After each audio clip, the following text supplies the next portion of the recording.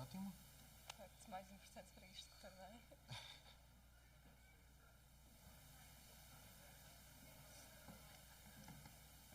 E de final, Sporting goleia. Pronto, muito bem.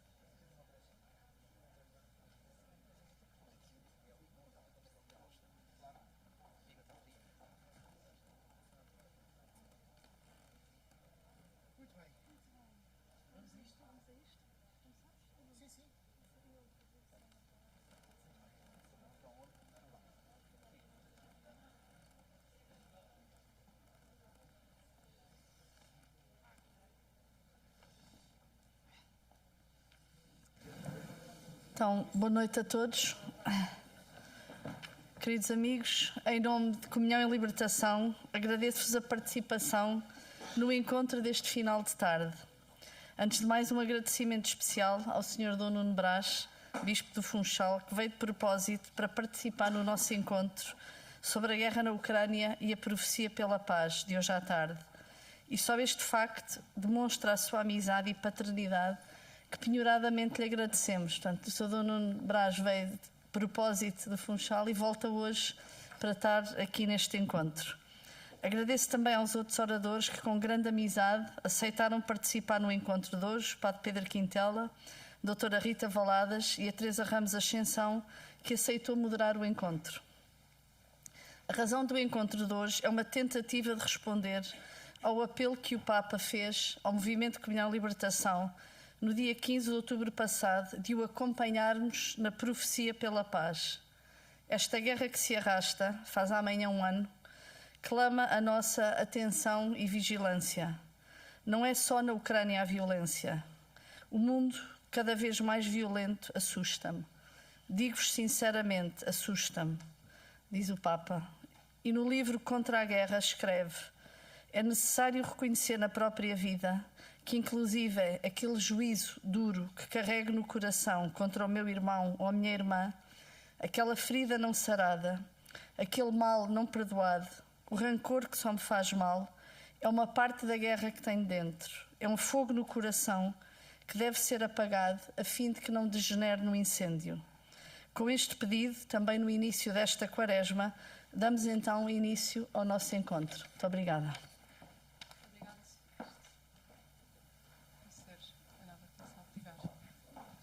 Está ligado? Ok, obrigada. Obrigada, Sofia. Então vamos dar início a esta pequena conferência. Paz, a via possível do diálogo. Como alguns vão de saber, esta conferência surge na sequência do manifesto publicado pelo movimento A Guerra na Ucrânia e a Profecia pela Paz. Por sua vez, aparece em sequência do convite que nos foi dirigido diretamente pelo Papa de o acompanharmos na Profecia pela Paz. Como a Sofia realçou, neste contexto da guerra da Ucrânia com a Rússia, que amanhã se faz um ano do seu início, o Papa, de facto, a primeira coisa que nos diz é que assusta o estado em que o mundo está, mas logo a seguir mostra a ambição que tem que a guerra não tenha a última palavra. E, portanto, diante dos dois riscos que o Papa identifica, de, por um lado, com medo da guerra, acabarmos por, em vez de querermos ter um desejo de paz, em vez de termos esse desejo de paz, no fundo queremos ser deixados em paz, e por outro lado o risco de a nossa tentativa de dar um apoio que é necessário à Ucrânia acabar por se reduzir a um instrumento de imperialismos em conflito. Não querendo cair em nenhum destes dois riscos e tendo um desejo de partilhar aquilo que o Papa nos propõe da sua profecia da paz, reconhecemos a necessidade de ser educados e de ser formados por quem melhor que nós sabe sobre estes temas e tem um bom testemunho a dar-nos. E foi nessa ocasião que então se decidiu fazer esta pequena conferência. Como temas, apesar de haver muita coisa que temos vindo a dialogar sobre esse assunto, acabámos por concluir que uns bons temas para serem falados hoje seria, por um lado, a própria mensagem do Papa e aquilo que o Papa nos tem a dizer sobre a paz. Por outro lado, a mensagem de Fátima, que surgiu também num contexto de guerra, na altura da Primeira Guerra Mundial, e que, portanto, é muito aplicável e vive-se muito nos dias ainda de hoje. E depois também uma mensagem sobre o diálogo e a justiça como ferramentas necessárias e imprescindíveis para fazer esse caminho até à paz. Então, para nos falar sobre os Papas e a paz, temos a sorte de ter o Sr. Dom Nuno Brás, a quem damos mais uma vez as boas-vindas, a quem passo a fazer uma breve apresentação, apesar de ser absolutamente desnecessária. Doutorado em Teologia Fundamental e diplomado em Comunicação Social pela Pontifícia Universidade Gregoriana em Roma e com uma vasta bibliografia publicada, Dom Nuno Brás é atualmente Bispo do Funchal. Disse o Dom Nuno Brás quando acolheu a decisão do Santo Padre, que, e cito, é da vida nova o Evangelho que quer dar testemunho enquanto Deus me der forças e saúde, sempre e em toda a parte.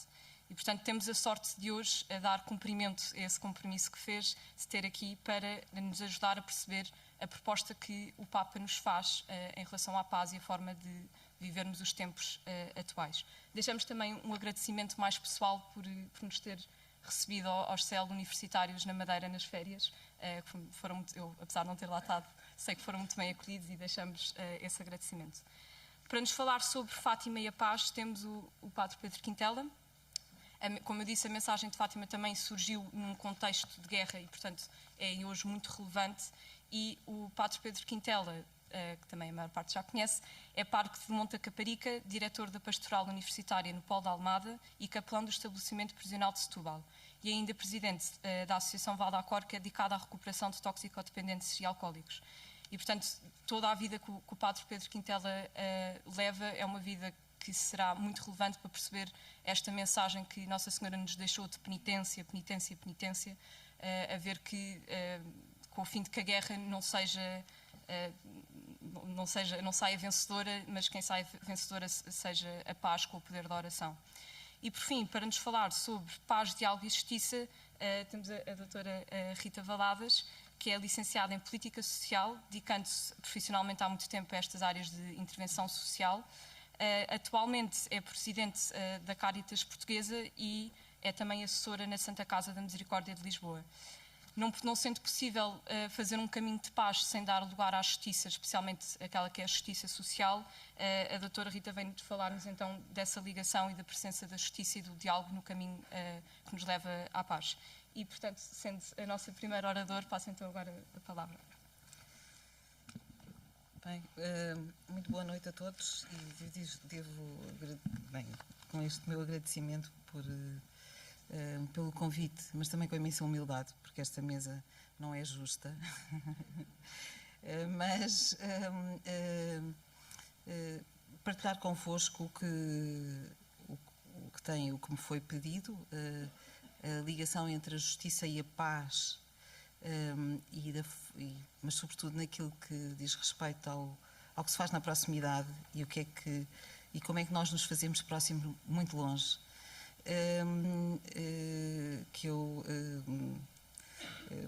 Enfim, tive o ultraje de aceitar este convite.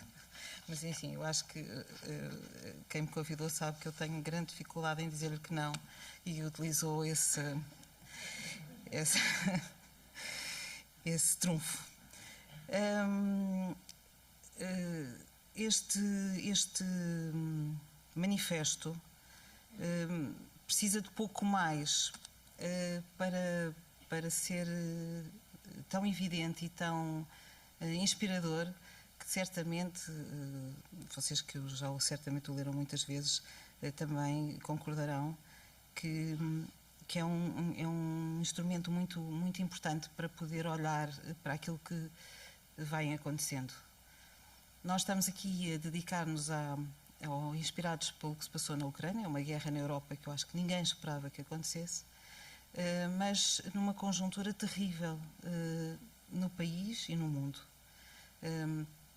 É quase como se a cada dia nos fosse pedido que nunca baixássemos os braços e que encontrássemos soluções alternativas. Não há receitas, não há em lado nenhum. E de todos os sítios vem um novo desafio. A guerra veio num momento em que nós estávamos abafados por uma pandemia que ainda não foi embora. Nós fingimos que sim, mas isto é também esta tendência de talvez se nós fingirmos que não existe, isto vai desaparecer no silêncio. Mas o silêncio é um instrumento muito importante, mas não é para fazer desaparecer este tipo de coisas. E por isso nós somamos a pandemia com uma guerra com uma guerra de vizinhos, não é uma guerra lá longe que nós estamos quase habituados a ver noutros países, mas esta toca-nos especialmente perto. Também nos toca porque esta guerra não é uma guerra que começou agora, não tem um ano. Esta guerra começou em 2014 e nós já cá tivemos 4 vezes mais do que o número de ucranianos que temos agora, ou que vieram nesta situação. Portanto, para nós não é completamente novo e para os portugueses pelo país inteiro também não é novo. As questões que se colocam é como é que nós podemos ajudar quando estamos a sair de uma situação muito complexa, com uma realidade social muito vulnerabilizada e com este desafio que nós não sabemos, mas também não sabíamos como é que havíamos tratado a pandemia, e tudo foi acontecido. O desafio aqui é saber qual é o papel da justiça e como é que a justiça se exerce numa situação em que a justiça não é claramente a primeira prioridade, não é? A primeira prioridade é curar as pessoas, é dar-lhes de comer, é dar-lhes de beber, é acolhê-los. E a justiça fica lá no topo da pirâmide, se tivermos presente a referência que nós temos às nossas necessidades. E por isso é muito fácil, se nós durante o tempo de pandemia desvalorizarmos a saúde, como vamos nós valorizar a justiça em tempos de guerra?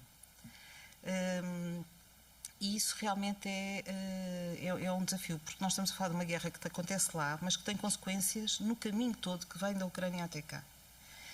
E o nosso primeiro desafio foi respondido de uma forma absolutamente incrível, não é? Nós tivemos manifestações de solidariedade incríveis, loucas, mas incríveis. Fomos capazes do movimento mais desorganizado que eu já vi de solidariedade. Criámos muitos problemas a muita gente, a muitas instituições. Levámos carros com coisas, trouxemos carros com pessoas. Às tantas, eu lembro-me que me ligavam da Polónia a pedir, por amor de Deus, digam às câmaras que não venham sem falarem connosco. Fazem uma figura aqui na fronteira, esse é meu, é da minha lista, este é meu, é da minha lista. Pronto. Temos estas coisas realmente. A questão que se coloca aqui é quais são as nossas fronteiras, até onde é que nós podemos ir e até onde é que nós devemos ir. Estas pessoas estavam ansiando não ter que sair de lá. A maior parte dos ucranianos gostavam de ter uma solução digna, ali perto, para poderem entrar e sair quando quisessem e estar pronto dos seus mais velhos, dos seus maridos e dos seus pais. Não queriam vir, nem querem ficar. E, portanto, um ano depois, o que é que nós temos? Nós temos um conjunto de pessoas que estão connosco, que estão à espera que o conflito termine, sempre naquela esperança de que um momento destes vai ser. Toda a gente hoje muito ansiando pelo que vai acontecer amanhã. Acho que muita gente vive com medo que haja uma loucura qualquer, porque se abriu esta hipótese. E nós olhamos para eles e pensamos, não há justiça.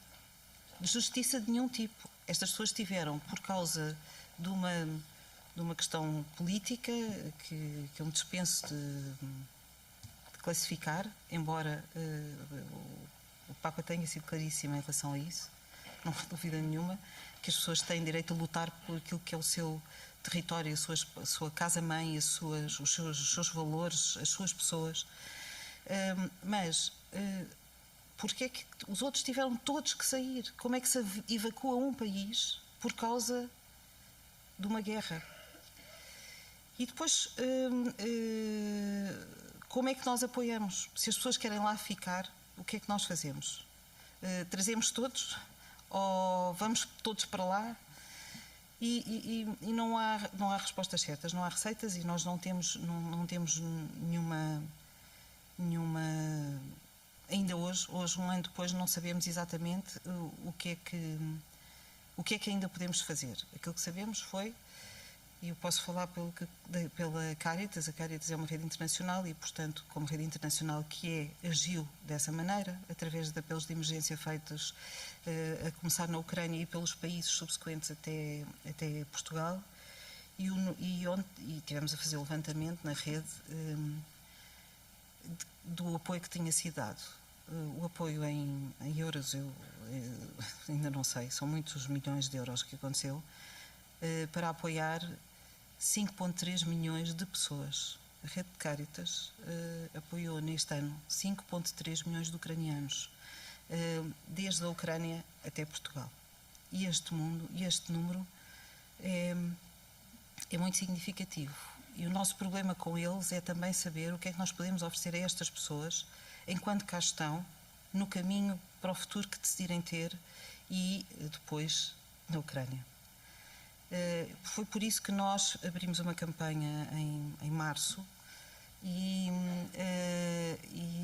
decidimos que a campanha, que era o abrigo da Caritas Internacional e do apelo de emergência que foi feito, ia ser graduada. Nós não íamos enviar o dinheiro todo para a Ucrânia, porque na Ucrânia estava tudo... Eles não tinham sequer sistema económico e bancos para poder resolver a questão financeira. Portanto, foi Roma que coordenou esse trabalho.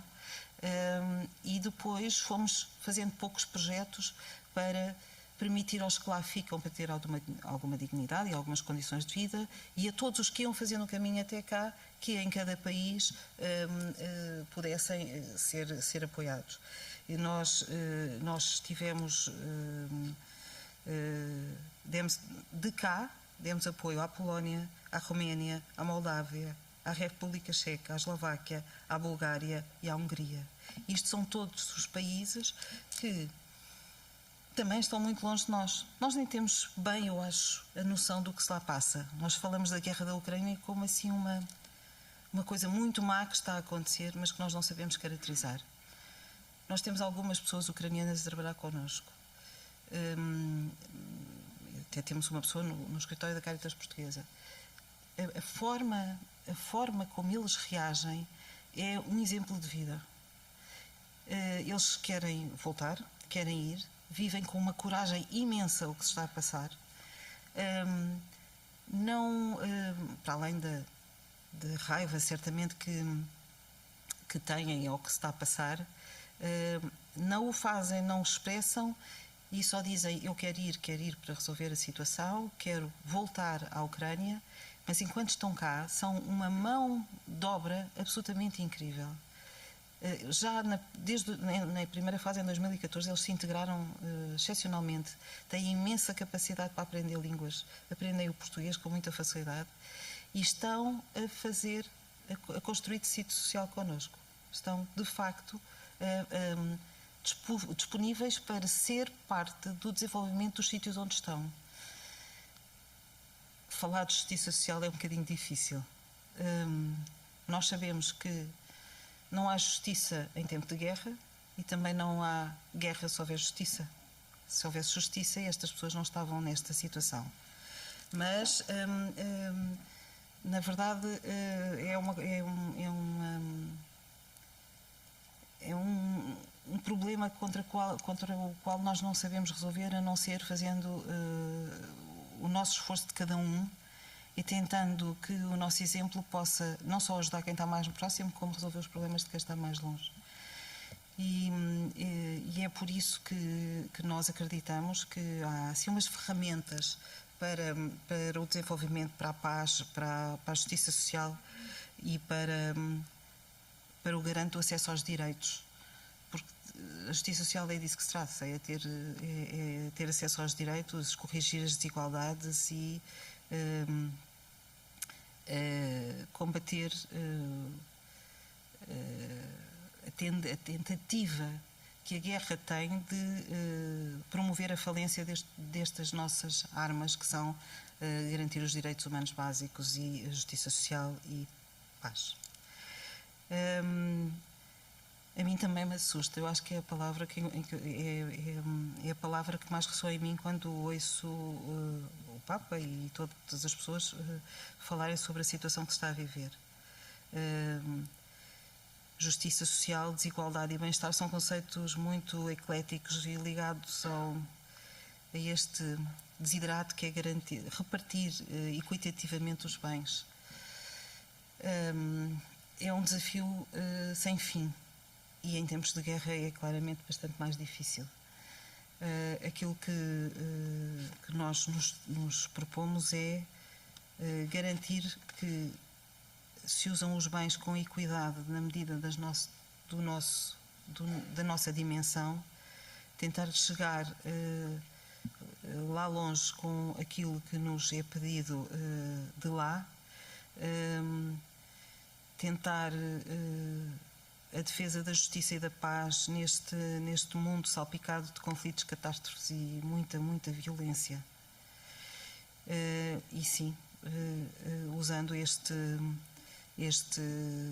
palavra que é fortíssima e que eu tenho a certeza que sem ela realmente nós não conseguimos vencer, que é com diálogo, com a capacidade de falar e ouvir, ter uma presença de escuta e uma presença de olhar. Está quase tudo naquilo que nós temos à mão.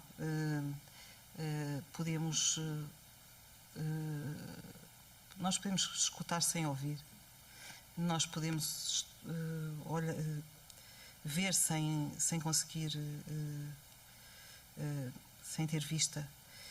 E é nessas armas e nessa capacidade de dialogar e de conhecer quais são os problemas e reconhecer que os problemas dos que estão mais próximos são muito importantes, que nós não temos capacidade para fazer tudo, mas devíamos ter capacidade para ouvir tudo, para podermos fazer a síntese certa nestes tempos tão difíceis. E por isso, quando o desafio para mim hoje era falar da justiça, da paz, da justiça e da importância do diálogo, eu não tenho dúvidas. Não tenho dúvidas que, mesmo que não haja outro tipo de recursos, se nós outra coisa não pudermos dar, isso temos de certeza, e isso é a base daquilo que nós damos, tentando fazer fazer um exercício de criatividade enorme para encontrar soluções para os problemas que nós não esperávamos e não estávamos preparados para receber, e sobretudo tentar não nos perdermos na solidariedade, olharmos para aquilo que nós podemos dar e fazê-lo juntos, que é para que não haja desperdício, que também é uma coisa que nós fazemos com muita facilidade. Por isso, entre a justiça, a paz e o diálogo, e esta orientação no propósito para o fim, que eu acho que nós temos feito muito bem coisas. São 5,3 milhões de pessoas a quem nós estamos a ajudar. É metade do que nós temos em Portugal. Por isso, eu acho que temos tudo para poder fazer, se pudermos e quisermos fazer juntos e solidários. Muito obrigada.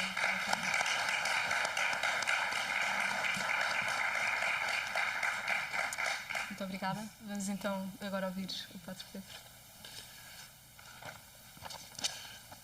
Bom, saúde a todos. Agradeço o convite à Sofia, que aliás, a única razão de eu estar aqui assim é a fé da Sofia.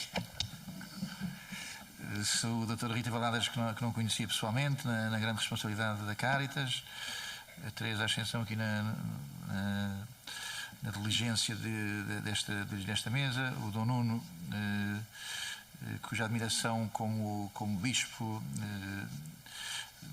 neste momento e neste tempo da vida da Igreja é muito grande, na sua lucidez e na maneira como nomeia as suas razões, sempre com lucidez e sempre com valentia. A Fátima e a Paz, volto a repetir, portanto, não tenho curricularmente nenhuma razão de sempre estar aqui assim, afora o convite da Sofia, então há uma intuição sobre alguma maneira como poderia olhar para estas coisas. Portanto, não vou pegar nos elencos do tema da paz em Fátima, que aliás são contínuos, da primeira aparição do anjo até ao fim, o tema da paz aparece continuamente. Ainda assim, pego no texto final das aparições, lembro, nós portugueses, é óbvio que estão aqui muitas pessoas que certamente conhecem muito bem a mensagem de Fátima. Agora, ainda assim, convido a todos a conhecer a mensagem de Fátima. Lembro os três ciclos: o ciclo do anjo, das aparições do anjo, os ciclos de Fátima de Nossa Senhora, e um terceiro conjunto de aparições em Tui e Pontevedra, só à Lúcia. Bom, então, há em Tui esta aparição fundamental, sobre a mensagem de Fátima, que é o corolário da mensagem, a aparição de 13 de junho de 29, e é onde a Lúcia vê escrita no fundo da capela. Portanto, é maravilhoso ir é fantástico ir a Tui, do outro lado, tem lá a casa das irmãs Doroteias. Já lá não vou desde antes da pandemia, mas vou lá com muita regularidade. Portanto, a Lúcia, na visão da noite, quando está a rezar, vê escrito na parede do fundo graça e misericórdia. Eu não vou estar a ler tudo para não estar a cansar, mas compreendi que me era mostrado o mistério da Santíssima Trindade e recebi luzes sobre este mistério que não me é permitido revelar.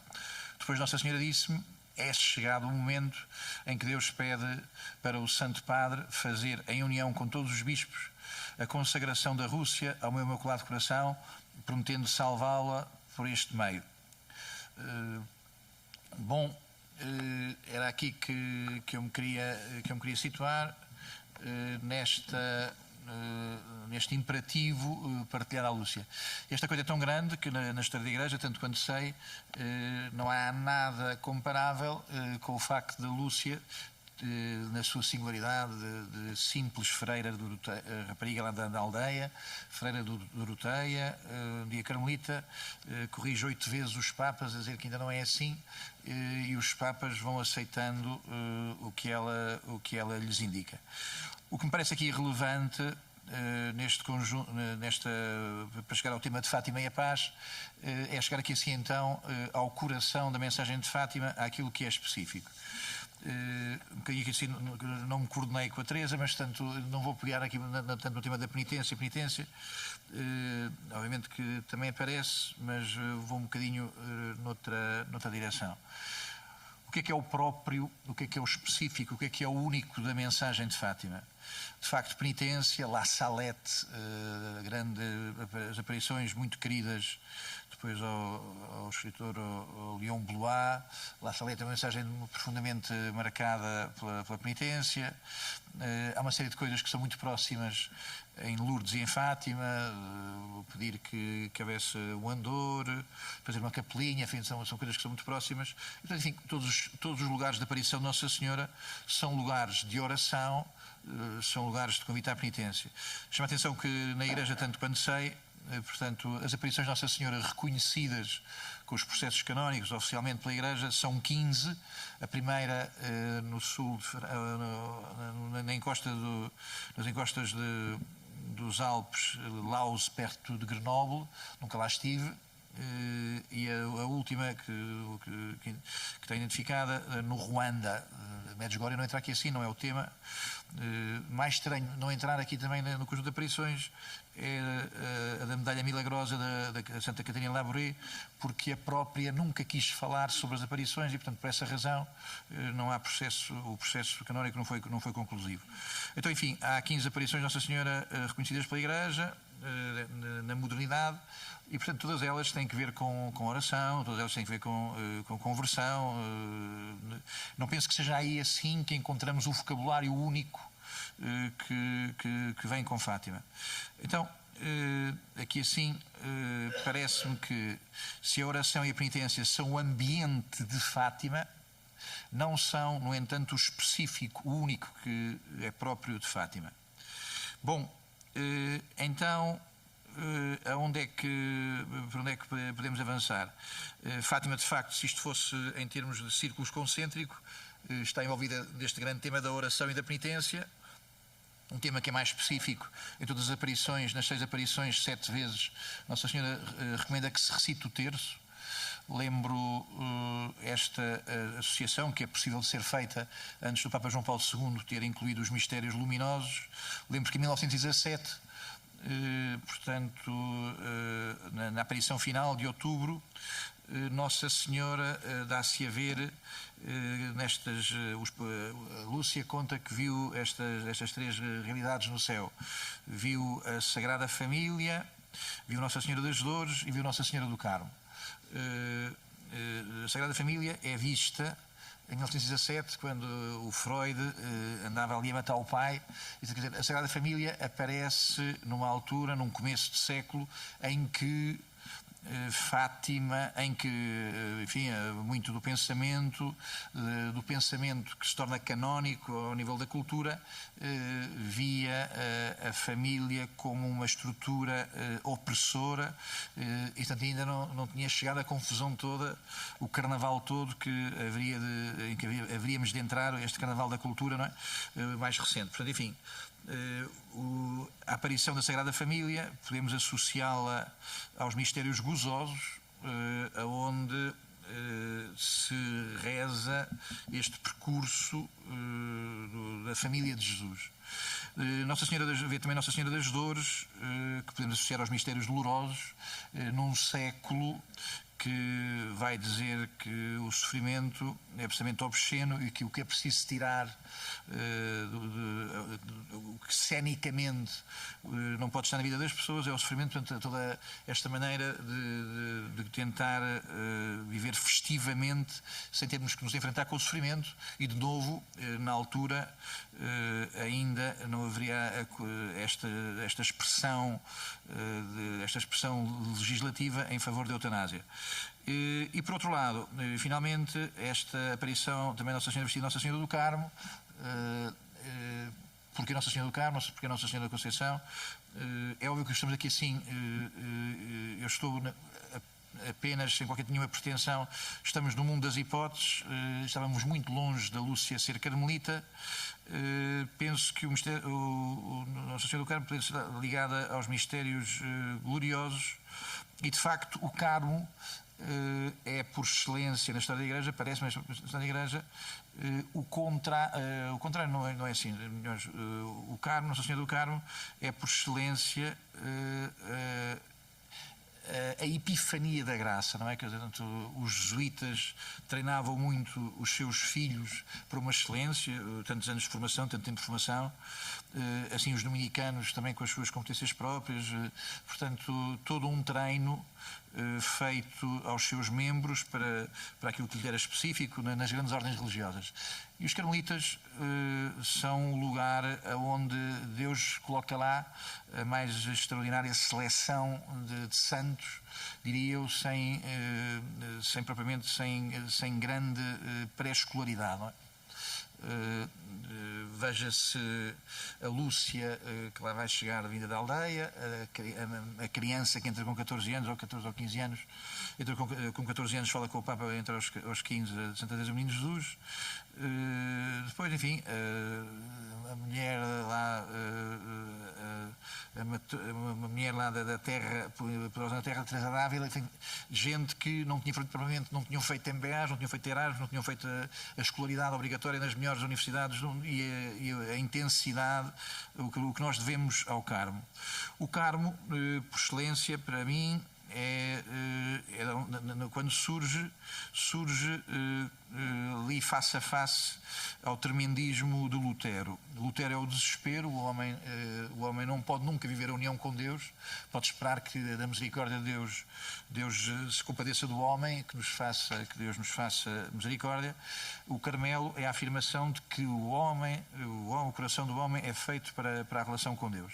Mas, enfim, o momento culminante da história de Fátima é um momento de afirmação de que, através de Nossa Senhora do Carmo, que o homem é feito para este encontro com Deus. Bom, mas ainda aqui assim, não me parece que estejamos no coração da mensagem de Fátima. As aparições no final do século XIX na Irlanda, de Knock, onde aparece também a Sagrada Família, parece São João Evangelista, é muito querida por uma certa, portanto, enfim, também são umas aparições com menos mensagem, mas a aparição de São João Evangelista dá muito para uma certa tradição católica, o grande entusiasmo por São João, ali encontrado na grande espiritualidade de Knock. Ou seja, o que eu quero dizer é que ainda não é na excepcionalidade destas aparições que penso que podemos encontrar o próprio de Fátima. Bom, já vamos mais para o centro, com esta importância da comunhão reparadora e do sacrifício, todas as indicações sobre as instruções do primeiro sábado, a necessidade de reparação, tudo isso vai tornar qualquer coisa de muito muito próprio, penso eu, da divulgação de Fátima, bendito seja Deus, por tanta gente que, por esse mundo fora, pelas paróquias fora, as devoções do primeiro sábado, este reparar. Reparar são duas coisas na língua portuguesa. Reparar é prestar atenção e reparar é arranjar.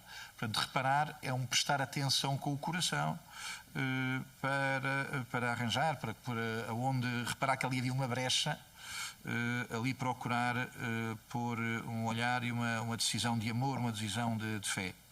Bom, aonde me parece que estamos aqui a chegar ao pensamento central é este imperativo de Nossa Senhora repetido à Lúcia, que fica aflita, dizer: Deus quer estabelecer no mundo a devoção ao meu Imaculado Coração. A Lúcia que encontra em Pontevedra ao Menino Jesus na rua e que diz: então, o que é que se passa? Ainda não fizeste isto? A Lúcia que fica muito afligida porque não estabeleceu, portanto, ainda a devoção ao seu Imaculado Coração. Bom, estou aqui, volto a ler o texto que acabei de ler, há pouco li. É chegado o momento em que Deus pede para o Santo Padre fazer em união com todos os bispos do mundo a consagração da Rússia ao meu Imaculado Coração. Bom, aqui o tema que fixou a atenção de todos nós, como é óbvio, o tema mais, diria, jornalístico, mais político, é o que é a Rússia, porque a Rússia, lembro que as memórias da Lúcia são escritas de 1941, por essa razão há quem desvalorize a autenticidade literária, que o texto teria sido escrito já com a Lúcia muitos anos depois das aparições, já com a Lúcia com as suas ideias, portanto, contaminadas pelo que está a passar, pela crise, pela Segunda Guerra Mundial, o que é óbvio de que, portanto, a razoabilidade do nosso discernimento, é óbvio que é preciso ter atenção que a Lúcia escreve as suas memórias uma série de anos depois. O que eu acabei de ler é um texto de 29, também já tinha havido a Revolução Soviética. Lembro que a Lúcia se refere 3 vezes a propósito da Rússia, faz 3 vezes, explica o que era a Rússia para ela. Primeiro, ela diz que, nas memórias, diz que a Rússia pensava que era a mula dos vizinhos, não é? A russa, portanto, era o que ela se lembrava a propósito da Rússia. Ao confessor, ao padre Gonçalves, ela diz que a única coisa que ela sabia de países era dos galegos e dos espanhóis, não via mais longe da sua geografia. E ao cardeal Tisserand, que é um grande homem do tempo do Pio XII, ela conta também pessoalmente que inventou uma mnemónica para conseguir fixar a palavra Rússia, que era Lúcia, era só mudar o R, porque de facto não pertencia à sua geografia. Ora bem, o que é a Rússia? O que é a conversão da Rússia? A conversão da Rússia é um facto político. A conversão da Rússia significa que eles deixam de ser ortodoxos e passam a ser católicos. Eu estive na Rússia 2 vezes, uma com um grupo de amigos, alguns aqui presentes, e outra vez porque fui convidado também aqui pela ajuda à Igreja que sofre, participei numa espécie de juízo final em São Petersburgo. Fui lá por causa de questões ligadas à toxicodependência, e era assim uma mesa muito grande, de um lado os católicos, do outro lado os ortodoxos, e, enfim, falar sobre estas questões da dependência. E, aliás, portanto, percebe-se que eles acham que aqui do lado de cá nós todos perdemos a fé, não é? Do lado de cá perdeu-se a fé. No que participei, fica-se com essa ideia. Bom, agora então, o que é a conversão da Rússia? É a passagem em bloco para o mundo católico, nessa altura. Portanto, também me interessa muito, tenho muito interesse, muito entusiasmo pela cultura russa. Nessa altura, lembro, foi-me dito que eles têm, neste momento na Rússia, têm 3% de participação nas celebrações dominicais. Não é? Portanto, os 3% foram contabilizados na altura da Páscoa. 3% é um valor ínfimo. Não é? A machadada soviética deixou, obviamente, um rastro muito grande. 3% é um grupo muito pequeno. Então, o que é a conversão da Rússia? A passagem deles em bloco para o mundo católico? Não será isso. O que é a conversão da Rússia? É qualquer coisa que me parece aqui mais profundo. Dom José Policarpo, num texto que escreve a este propósito, diz que, como é óbvio, que a Rússia representa no século XX, de tal maneira, a perversão do catolicismo no sentido da universalidade, não é? Portanto, pela primeira vez na história dos homens se organiza um sistema que tem uma pretensão universalista, e que, portanto, de alguma maneira, é a grande pretensão de uma catolicidade invertida, ou seja, uma tentativa de que toda a história dos homens se organize na recusa de Deus, não é? Portanto, a conversão da Rússia tem que ver, então, aqui assim, com aquela que era a grande organização, a grande instituição, o grande Estado, agente da grande idolatria. Deus é inimigo do homem, Deus é o mal para o homem. Diz Romano Guardini a propósito do Anticristo, que o Anticristo é aquele que diz que Cristo não é necessário, aliás, é melhor viver contra Cristo. Cristo não é necessário, primeiro, aliás, é melhor viver contra Cristo. Bom, então, já estou a chegar já ao fim. Aqui, assim, quando chegamos à questão da Rússia, penso que o que nos é... Chegamos aqui a qualquer coisa que já, de facto, é muito central.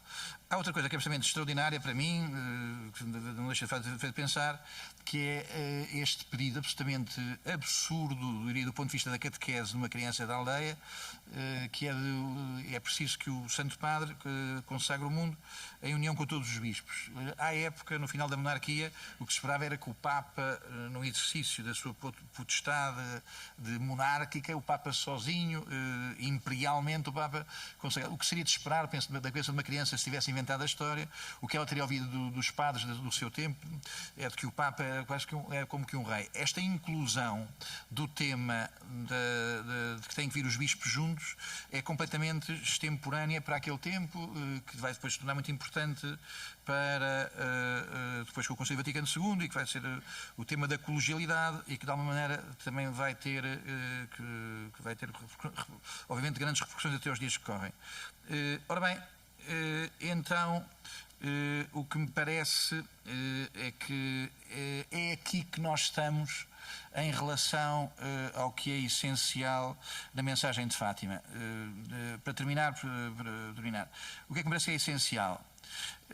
A mensagem de Fátima é uma afirmação da mediação, que é o irritante, que é o intransponível, que é o inaceitável da cultura moderna. A cultura moderna é a cultura que não aceita a mediação, que entre mim e o paraíso, que entre mim e a felicidade, que entre mim e o significado da vida tenha que existir a mediação. Isso é intolerável. Portanto, o que é o contrário da mediação? É a técnica, é a fabricação, é a produção, é a emoção, quer dizer, é esta possibilidade de, sem depender do outro, sem depender do maior, eu fazer aquilo que me salva. Penso que toda a afirmação sacramental da Igreja, toda a afirmação da mediação da Igreja é a afirmação de que tu jamais poderás por ti mesmo fazer aquilo que salva, e portanto tu terás que receber aquilo que salva. Bom, então penso o coração da mensagem de Fátima é esta afirmação da mediação do Imaculado Coração de Maria. Então Nossa Senhora diz assim: a mediação é do meu coração, mas vocês têm que fazer duas coisas. As duas coisas que vocês têm que fazer é dizer a verdade. Falar de Rússia quer dizer vocês têm que dizer a verdade da mentira. Falar da Rússia quer dizer que para que vocês aceitem a mediação têm que dizer a verdade. E a segunda coisa que tem que acontecer é que têm que estar unidos como Igreja, têm que estar unidos no mistério da fé. Então, como é que haverá paz? O que é Fátima é uma mensagem de paz? É óbvio que sim. Fátima é uma mensagem de paz, a paz que resulta da ligação destas três coisas. Haverá paz. Toda a mensagem de Fátima é uma mensagem de paz. Haverá paz se vocês disserem a verdade. é preciso dizer que a Rússia, e portanto é preciso dizer que tudo o que o homem pretende, demiurgicamente, tudo o que o homem pretende fazer contra Deus o destrói. É preciso dizer a verdade,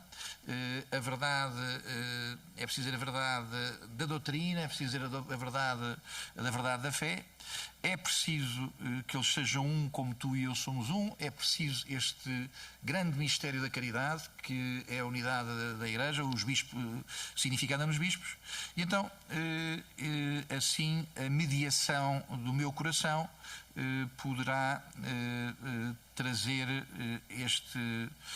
esta vitória de Cristo, que é a vitória que já aconteceu no meu coração e que, através da minha mediação, poderá também chegar aos homens.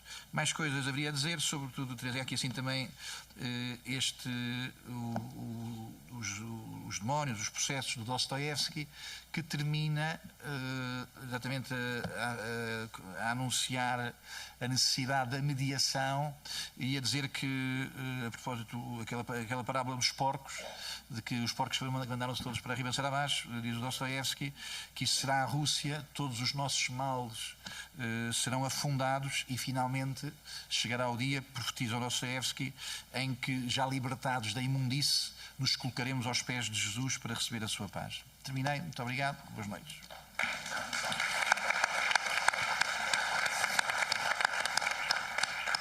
Muito obrigada, Padre Pedro. Passamos então agora.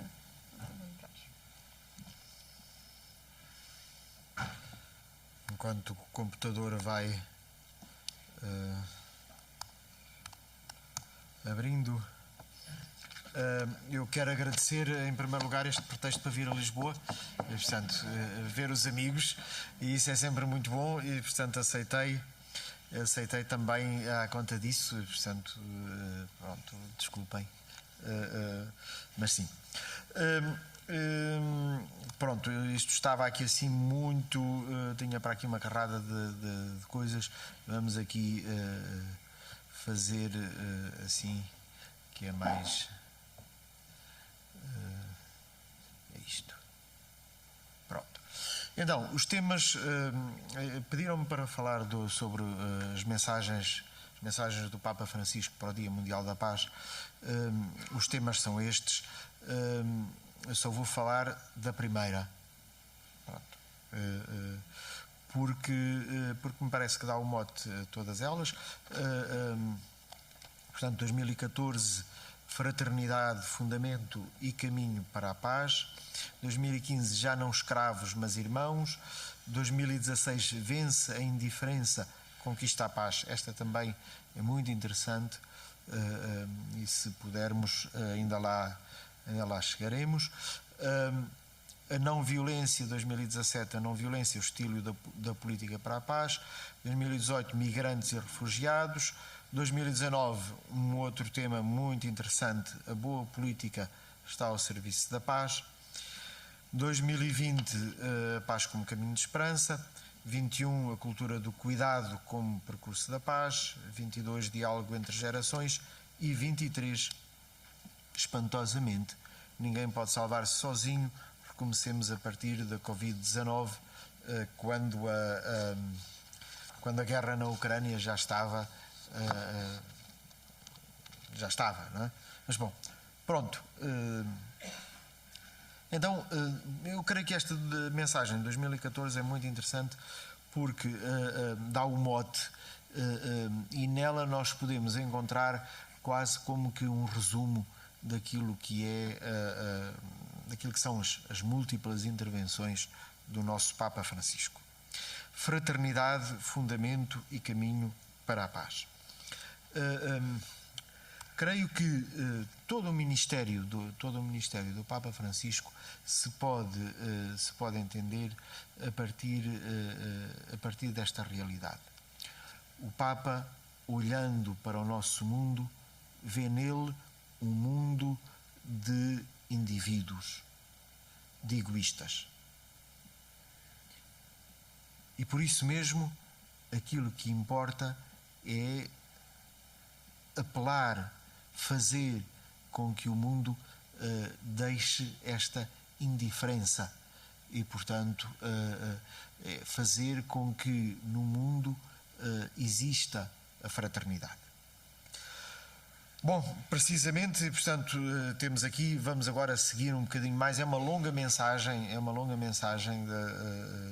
depois as outras serão todas mais pequenas, mas a percepção que se tem é que o Papa ainda não tinha 2014, portanto o Papa ainda deve ter querido dizer assim, não, esta sou eu quem escreve, não é? Portanto, sem ter aqueles os ghostwriters assim, que lhe fazem os textos. No coração de cada homem habita o anseio de uma vida plena que contém uma aspiração irreprimível de fraternidade. É muito interessante, vida plena e fraternidade, não é? Portanto, não há vida plena sem que ela se expresse em fraternidade.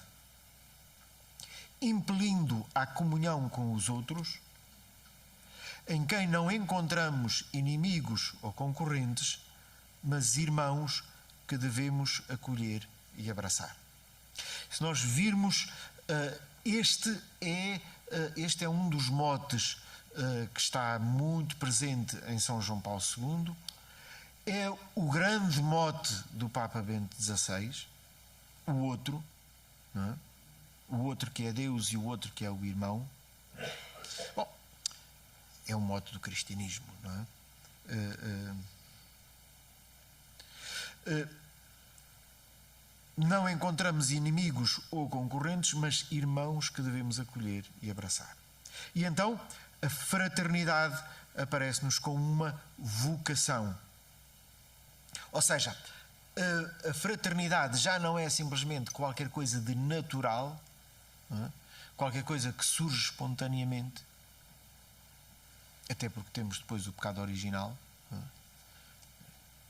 E quem achar que o pecado original não existe, basta ver o nosso mundo e os acontecimentos dos últimos tempos. Vocação, então, torna-se uma realidade sobrenatural, porque não decorre simplesmente deste mecanismo natural e irreprimível, mas tem então necessariamente o envolvimento da liberdade. O Papa, ao contrário, vê e detecta uma globalização da indiferença.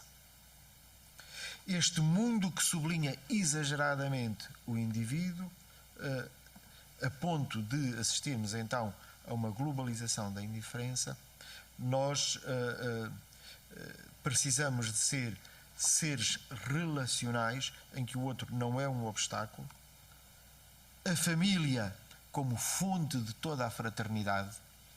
E polémicas à parte, todas aquelas polémicas à volta da família, a questão da família é levantada pelo Papa por causa disto, porque é na família que nós aprendemos o valor do outro, família como fonte de toda a fraternidade, e então o mundo globalizado da comunicação que torna mais evidente o destino universal da fraternidade.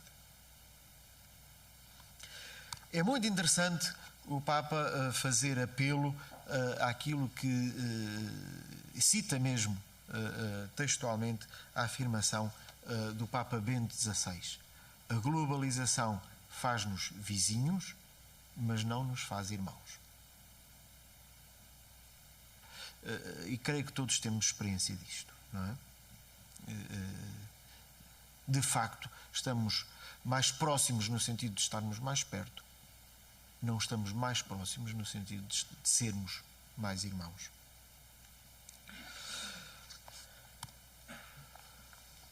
E temos as novas ideologias, e o Papa nisso é também muito claro,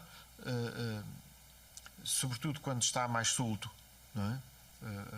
O individualismo e o descarte, mas também os atentados aos direitos humanos fundamentais, o direito à vida e à liberdade da religião. Estes são os direitos humanos fundamentais. Direito à vida, à liberdade da religião, o tráfico de seres humanos que ele irá depois retomar nos escravos, na mensagem sobre os escravos. E então estamos, um outro tema muito caro ao Papa, estamos a viver uma guerra em pedaços, ou seja, uma guerra que não é uma guerra universal, pelo menos ainda, mas uma guerra que vai sendo uma realidade em várias outras realidades mais pequenas. Fundamentação bíblico-teológica, Caim e Abel, aquela pergunta que Deus faz a Caim, não é? Onde está o teu irmão? Não é? O Papa diz: a narração de Caim e Abel ensina que a humanidade traz inscrita em si uma vocação à fraternidade, mas também a possibilidade dramática da sua traição. Disso mesmo dá testemunho o egoísmo diário que está na base de muitas guerras e injustiças. Continuando, passando para o Novo Testamento, um outro tipo de fundamentação, quando o Senhor diz: não queirais ser chamados Rabi, porque um só é o vosso mestre, a saber, o Cristo, e vós sois todos irmãos. Vós sois todos irmãos. Este sublinhado. Não se trata de uma paternidade genérica, isto aqui é muito importante. Quer dizer, sim, Deus é nosso Pai. Deus é nosso Pai. Sim, Deus é nosso Pai, é Pai de todos, com certeza. Mas não se trata de uma paternidade genérica, diz o Papa, é uma citação. Não se trata de uma paternidade genérica, indistinta, historicamente ineficaz, mas do amor pessoal, solícito e extraordinariamente concreto de Deus por cada um dos homens. E esta é uma das realidades mais maravilhosas, que é isto de Deus nos querer a cada um de nós como somos. Porque sim, porque nos quer a cada um de nós. E por isso não nos faz produto de uma linha de produção.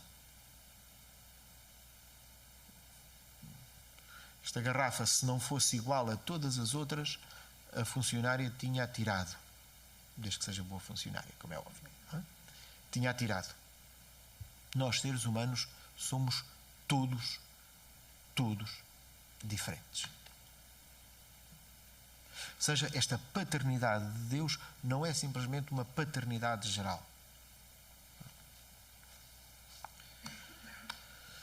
O amor de Deus, quando é acolhido, torna-se no mais admirável agente de transformação da vida e das relações com o outro, abrindo os seres humanos à solidariedade e à partilha ativa.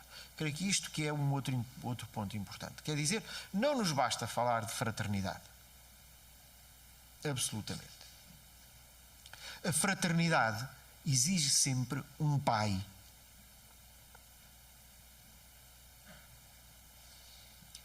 Ou seja, precisamos deste amor de Deus. Só o amor de Deus é que pode dar origem à verdadeira fraternidade. E depois, continuando ainda na fundamentação bíblico-teológica, a cruz, diz o Papa, é o lugar definitivo da fundação da fraternidade. Vejam que aqui não estamos a falar da criação, estamos a falar da redenção. A cruz de Jesus Cristo é a fundação da fraternidade, diz ele, que os homens por si sós não são capazes de gerar. Jesus Cristo, que assumiu a natureza humana para a redimir, amando o Pai até à morte e morte de cruz, por meio da sua ressurreição, constituiu-nos como humanidade nova, em plena comunhão com a vontade de Deus, com o seu projeto que inclui a realização plena da vocação à fraternidade. Depois, o Papa retoma aquilo que foram as mensagens dos seus antecessores. Paulo VI. Em Paulo VI é muito interessante porque o Paulo VI sublinha muito as relações entre as nações, não é? Ou seja, sim, a paz faz-se, e este Papa também o faz de uma forma muito clara, ainda agora na mensagem para o Dia Mundial do Doente. Sim, a paz faz-se em cada um de nós, mas faz-se também entre as nações. Paz é também um querer político. Não é? Devemos, por isso, trabalhar juntos como dever de solidariedade, diz Paulo VI, como dever de justiça social, como dever de caridade universal. São João Paulo II. A paz é um bem indivisível. E isto é qualquer coisa de importante, mas ao mesmo tempo que dá medo, não é? Porque o que é que isso significa? Significa que ou é bem de todos ou não é de ninguém. Ou seja, eu não posso dizer que estou em paz quando ao meu lado está a guerra. Não é? Portanto, esta realidade é uma realidade essencial e, portanto, eu não posso não posso cruzar os braços. Não é? Não posso cruzar os braços. Por isso, a paz implica melhor qualidade de vida, implica desenvolvimento mais humano e sustentável, implica determinação firme e perseverante de se empenhar pelo bem comum. E ainda mais, implica perder-se em benefício do próximo em vez de o explorar, servi-lo em vez de o oprimir, olhar o outro não como instrumento, mas como semelhante.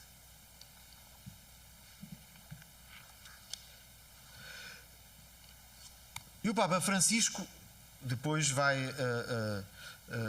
mais longe, caminho para a paz, a fraternidade, então. Que o próximo seja amado não só como um ser humano com os seus direitos e a sua igualdade em relação a todos os demais, mas como a imagem viva de Deus Pai, resgatada pelo sangue de Jesus Cristo e tornada objeto da ação permanente do Espírito Santo como um irmão. Creio que aqui existe um grande apelo a que olhemos com fé para o outro. Eu sei que é difícil. É muito difícil, muitas vezes. Não é? Mas olhar para o outro, mesmo que seja o pior estafermo, não é? Olhar para o outro com um olhar de fé. Olhar para o outro como aquele por quem Jesus Cristo morreu.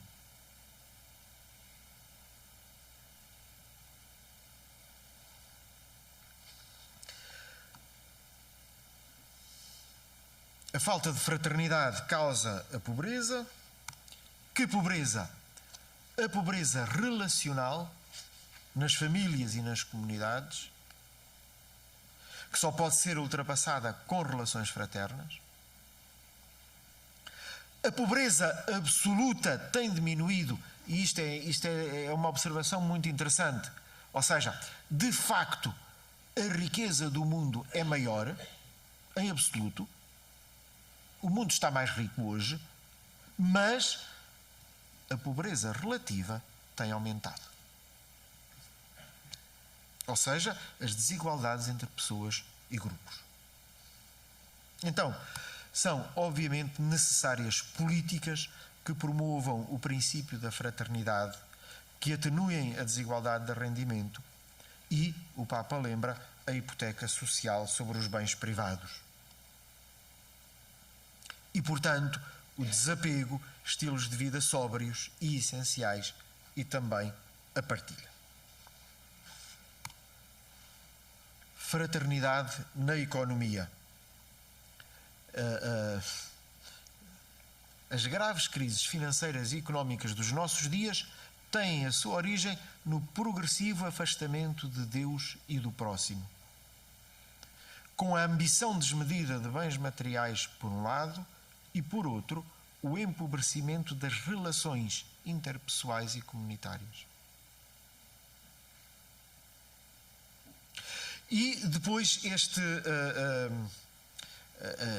esta realidade que São João Paulo II já se tinha dado conta, que o Papa Bento XVI alertou e que o Papa Francisco faz seu. O perigo de que, enquanto progride enormemente o domínio do homem sobre o mundo das coisas, ele perca os fios essenciais deste seu domínio e, de diversas maneiras, submeta a elas a sua humanidade e ele próprio se torna objeto de multiforme manipulação. Ou seja, sim, nós conseguimos fazer com que avance a técnica, a ciência, no fundo, todas as realidades quantitativas. E, no entanto, em termos éticos, estamos quase na Idade da Pedra. Ou seja, quando parece que já chegamos a algum patamar, logo regredimos. Porque, diz o Papa Bento XVI, as realidades quantitativas, eu posso crescer em cima, umas coisas em cima das outras, não é? Um conhecimento que é vivido, que é realizado, que é sobre outro conhecimento. Na realidade ética, eu preciso sempre de regressar ao fundamento. Ou seja, se toda a gente morresse e só eu ficasse vivo, eu muito simplesmente era incapaz de fazer eletricidade. Podia fazer muitos discursos teológicos acerca do porquê daquela desgraça toda, mas fazer eletricidade não era capaz.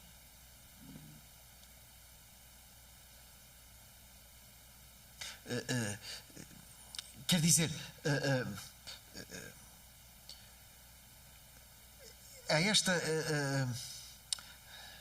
este viver com o outro, claro que sim.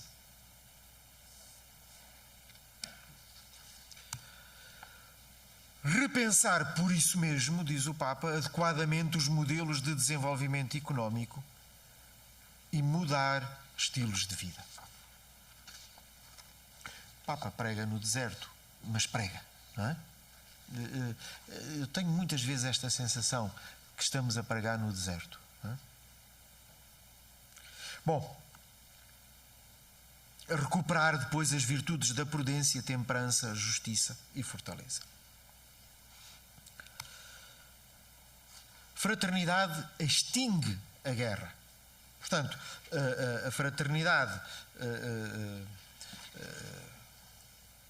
o Papa dizia, fraternidade é caminho para a paz, fraternidade causa pobreza, é necessário fraternidade na economia, a fraternidade extingue a guerra. Versus indiferença geral perante muitos conflitos. A Igreja, diz ele, tem a missão de levar o amor de Cristo às vítimas indefesas, de rezar pela paz, servir os feridos, famintos e refugiados. Daí a necessidade de redescobrir o irmão. Voltamos outra vez ao início.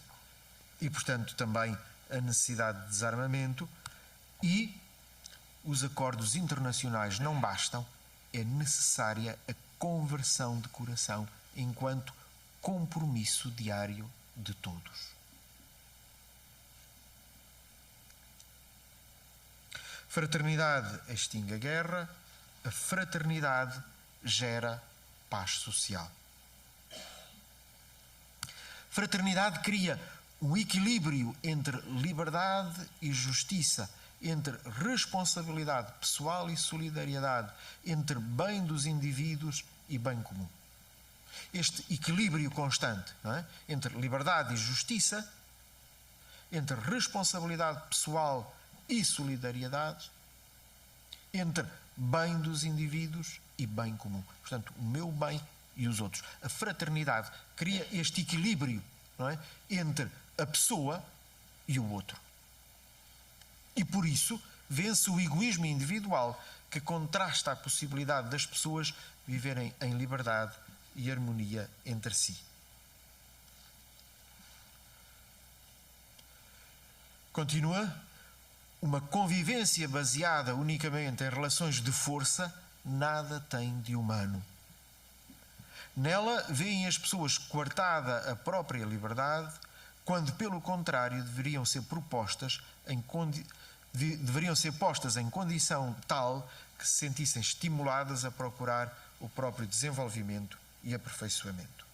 Gera a paz social e depois um tema muito querido ao Papa, a natureza. A natureza está à nossa disposição, mas somos chamados a administrá-la responsavelmente. Em vez disso, temos a soberba de dominar. E depois também a vergonha da fome.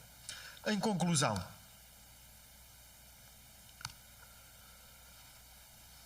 não sei por carga d'água, o meu computador dá sempre os dois primeiros. Pronto. É assim. A fraternidade seja descoberta, amada, experimentada, anunciada e testemunhada, mas só o amor dado por Deus é que nos permite acolher e viver plenamente a fraternidade. Portanto, a fraternidade não é qualquer coisa que apareça assim, naturalmente.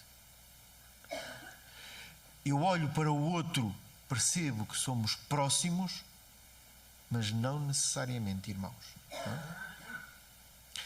O necessário realismo da política e da economia não pode reduzir-se a um tecnicismo sem ideal que ignora a dimensão transcendente do homem. E aqui reside uma grande parte dos problemas. Claro que sim.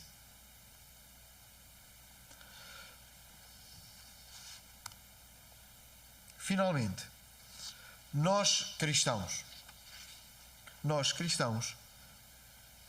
implica tecer um relacionamento fraterno caracterizado pela reciprocidade, o perdão, o dom total de si mesmo, segundo a grandeza e a profundidade do amor de Deus, oferecida à humanidade por aquele que, crucificado e ressuscitado, atrai todos a si. Este é o grande segredo da fraternidade. É que Cristo ressuscitado, Cristo morto e ressuscitado, atrai todos a si. E, portanto, o segredo da paz e da fraternidade não pode deixar de ser este Cristo ressuscitado. A cruz de Jesus Cristo. Senhora moderadora. Cumpri? Cumpriu. Se quiser acrescentar alguma coisa. Não, tenho aqui mais duas outras mensagens, mas depois eles adormecem todos. Não. Acho que todos estamos. Não, então só a indiferença. Peço desculpa, porque eu acho que vale a pena. Acho que vale a pena. Em 2016, o Papa fala sobre a indiferença. A indiferença como atentado à paz. Não é? Portanto, a importância de não sermos indiferentes. Estamos no ano santo da misericórdia e naquele ano com vários atentados terroristas. Ponto de partida, já bem os dois, Deus não é indiferente, importa-lhe a humanidade, Deus não a abandona. E isto creio que é muito importante. Não é? Deus não abandona. Deus não é indiferente.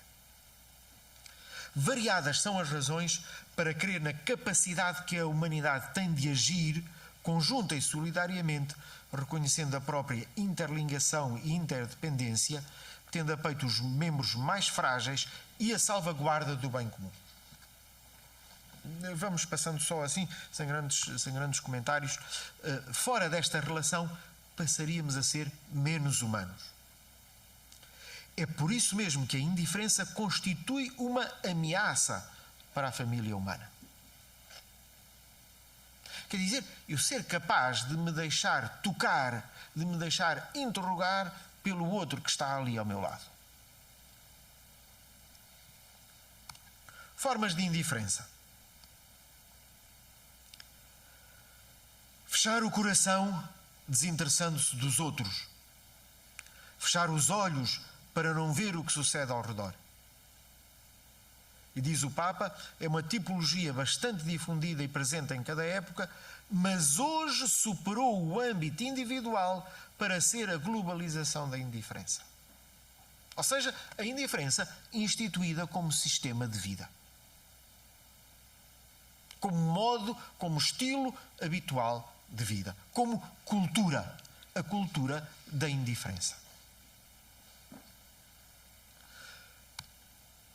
Formas da indiferença. Em primeiro lugar, a indiferença para com Deus. Diz o Papa, trata-se de um dos graves efeitos de um falso humanismo e materialismo prático, combinados com um pensamento relativista e niquilista. O homem pensa que é o autor de si mesmo, da sua vida e da sociedade, sente-se autossuficiente e visa não só ocupar o lugar de Deus, mas prescindir completamente dele. Indiferença para com Deus. Não é? O homem acha que consegue prescindir de Deus. Consegue ser o Criador.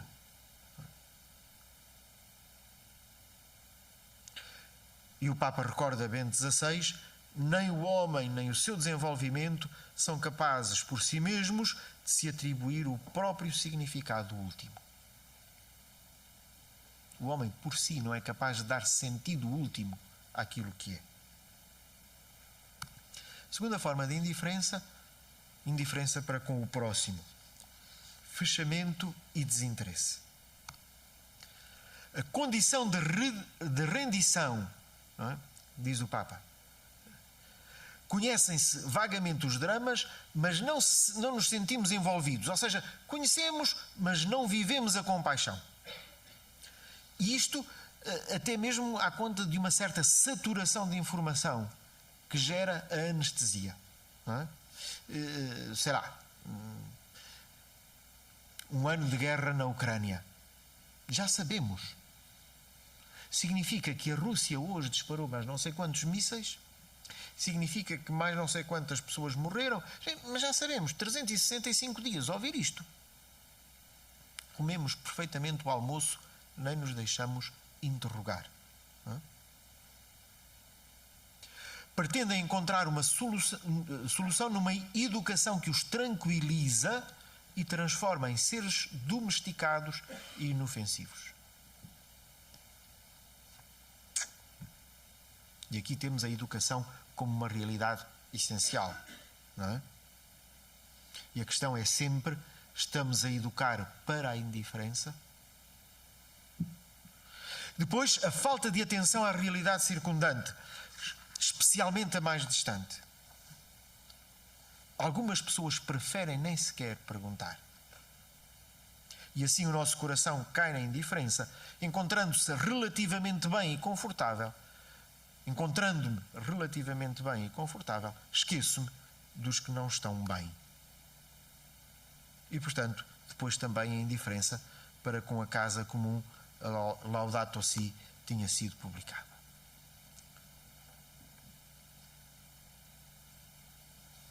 Desculpem. Não. Então. Indiferença para com Deus. De novo, há uma ligação íntima entre a glorificação de Deus e a paz dos homens na terra. Eu creio que isto que é uma afirmação do Papa Bento XVI e que o Papa Francisco faz sua.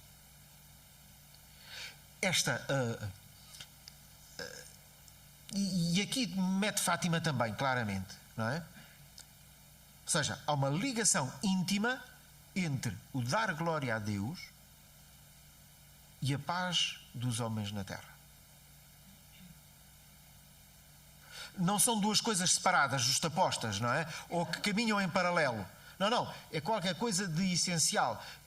Se eu dou glória a Deus, há mais paz na terra.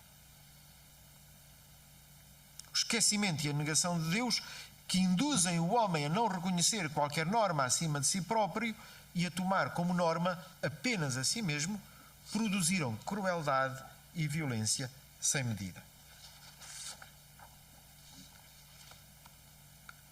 Indiferença para com o próximo, indiferença para com Deus, indiferença para com o próximo, que assume as feições da inércia e da apatia, já fizemos aqui alguma referência, constituem uma falta grave, que é o dever de contribuir para o bem comum.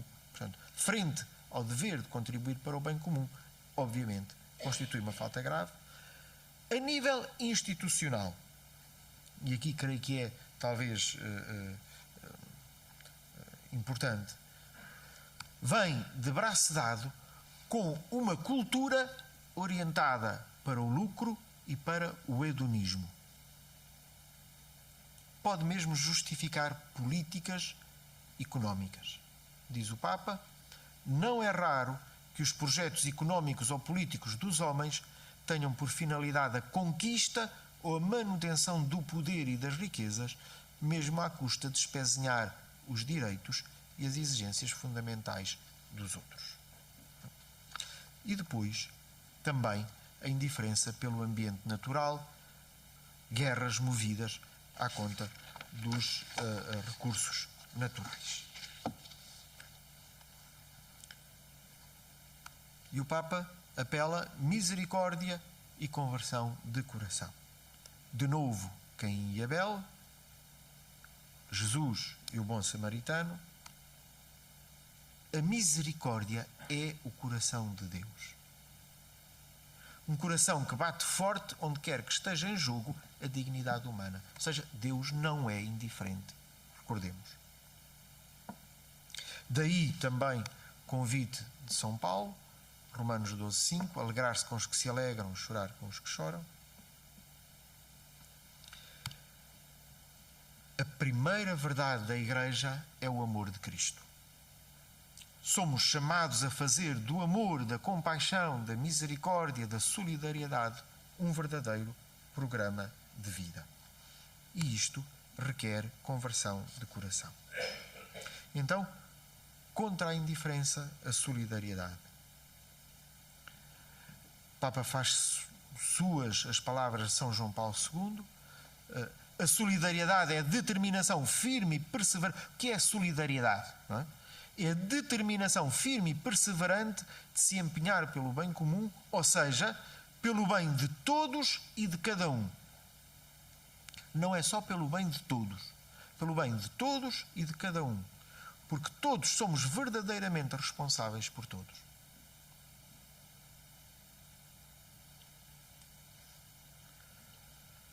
Contra a indiferença, a solidariedade. Isto é fruto de conversão pessoal, a família de novo, a educação, agentes culturais e meios de comunicação, obras de misericórdia corporais e espirituais. E pronto. Agora sim, então, chega. Muito obrigado pela atenção.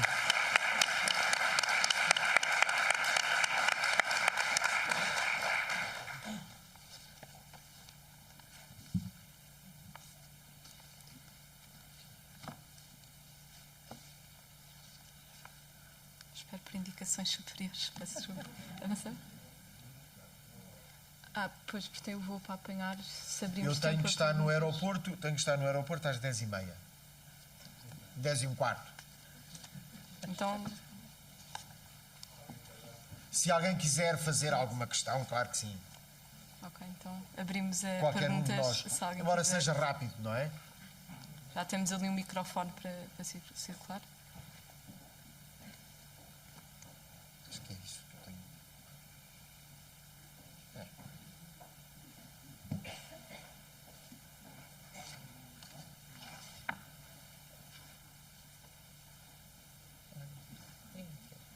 Bastante tímidos.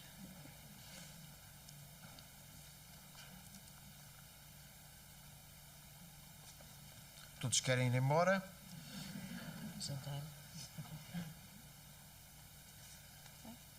Ok, mantendo uma pergunta. vamos então fechar a conferência. Aqui pegando assim um bocadinho nas coisas principais que cada um dos nossos ilustres oradores convidados disseram, é giro pensar que, apesar dos temas serem diferentes, todos à volta da paz, mas serem diferentes entre si, e o central ser a paz, acabou tudo por reconduzir muito à ideia de, esta última ideia de fraternidade e de união e da necessidade de estarmos juntos, não é? Começou a doutora Rita por dizer que uma das coisas essenciais é trabalharmos todos juntos e estarmos todos juntos e termos a capacidade de escutar o outro. Disse, concretamente, nós não temos capacidade para fazer tudo, mas para ouvir o outro é uma coisa que nós podemos sempre fazer. E também, então, nessa cultura de solidariedade, ajudar a cultivar a ideia de paz nos nossos próprios relacionamentos, não é? A nossa cultura de paz uns entre os outros. Depois o Padre Pedro também pegando nesta necessidade da Igreja estar unida, ligada à necessidade da Igreja de dizer sempre a verdade e afirmar sempre a verdade, como as duas tarefas que nós temos essenciais para promover a paz e tudo aquilo que é o ensinamento da Igreja e no final do dia a própria salvação, e aceitar a tal imediação do Imaculado Coração de Maria, nesta ideia de que nós não nos salvamos a nós próprios e precisamos de um outro para ser salvos, que também foi algo que depois o Dom Brás acabou por tocar também. E pronto, portanto, fica esta grande ideia de fraternidade e a necessidade de apelar a um outro que nos salva, que não somos nós próprios que nos salvamos, não é? A fraternidade que se cria na cruz, não é? Foi criada por Jesus Cristo quando decidiu morrer por nós, não é uma coisa criada por nós e depende sempre de um pai, como ouvimos aqui. E como tarefa necessária no dia-a-dia de converter o nosso coração para que essa fraternidade possa vir a extinguir a guerra. Então, acabo só ontem... Deixa-me só, peço desculpa, claro, deixa-me só recordar... ok, muito obrigado. Recordar aquela afirmação do Papa Bento XVI, quando ele dizia, foi à conta da Revolução Francesa, não é? Liberdade, igualdade e fraternidade. O Papa Bento XVI dizia, sim, igualdade é talvez aquela realidade que todos querem, todos falam em igualdade. Liberdade, mal entendida, mas sim, ninguém fala em fraternidade.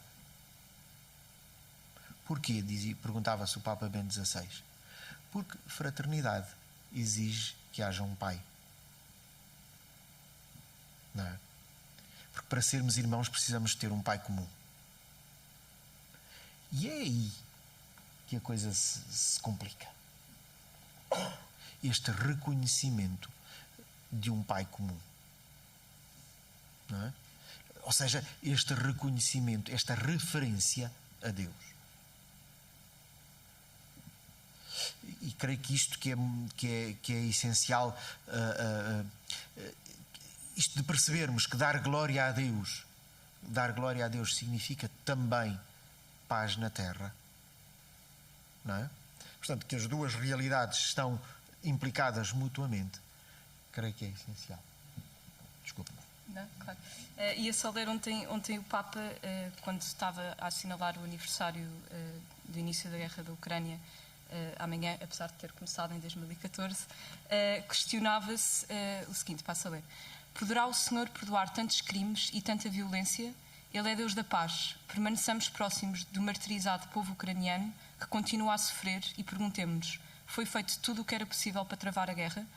Portanto, nesta lógica de fazermos tudo o que é possível para travar a guerra, não só propomos a educação como um primeiro passo, que é o que estamos aqui a fazer, mas também a necessidade de oração. E por essa razão, com esta vontade de que a guerra acabe, para que, como diz o manifesto, não seja eliminado o reconhecimento fundamental de que o outro é um bem, ou que o outro é aquele por quem Cristo morreu, convidamos a todos a participarem na missa que vai haver dia 3 de março às 7h45 na Igreja de Nossa Senhora de Fátima, que será rezada pelo Sr. Cardeal Patriarca Dom Manuel Clemente, o Sr. Núncio Apostólico e o Dom Paulo Romão, que é um bispo brasileiro.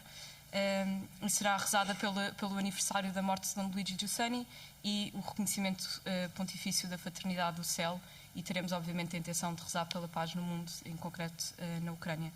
Concluo com o que disse Dom Luigi Giussani quando falava sobre a guerra na altura do Iraque. Certamente minha mãe nunca teria indicado como razão em favor da guerra a que é aduzida por aqueles que a apoiam. Porém, também não teria seguido aqueles que se opõem à guerra por um cálculo de política oposta.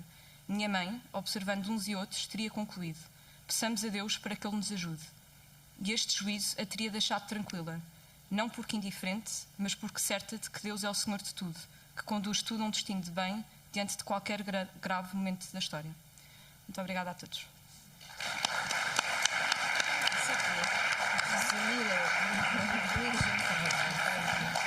Podemos terminar com o Pai Nosso pela paz no mundo.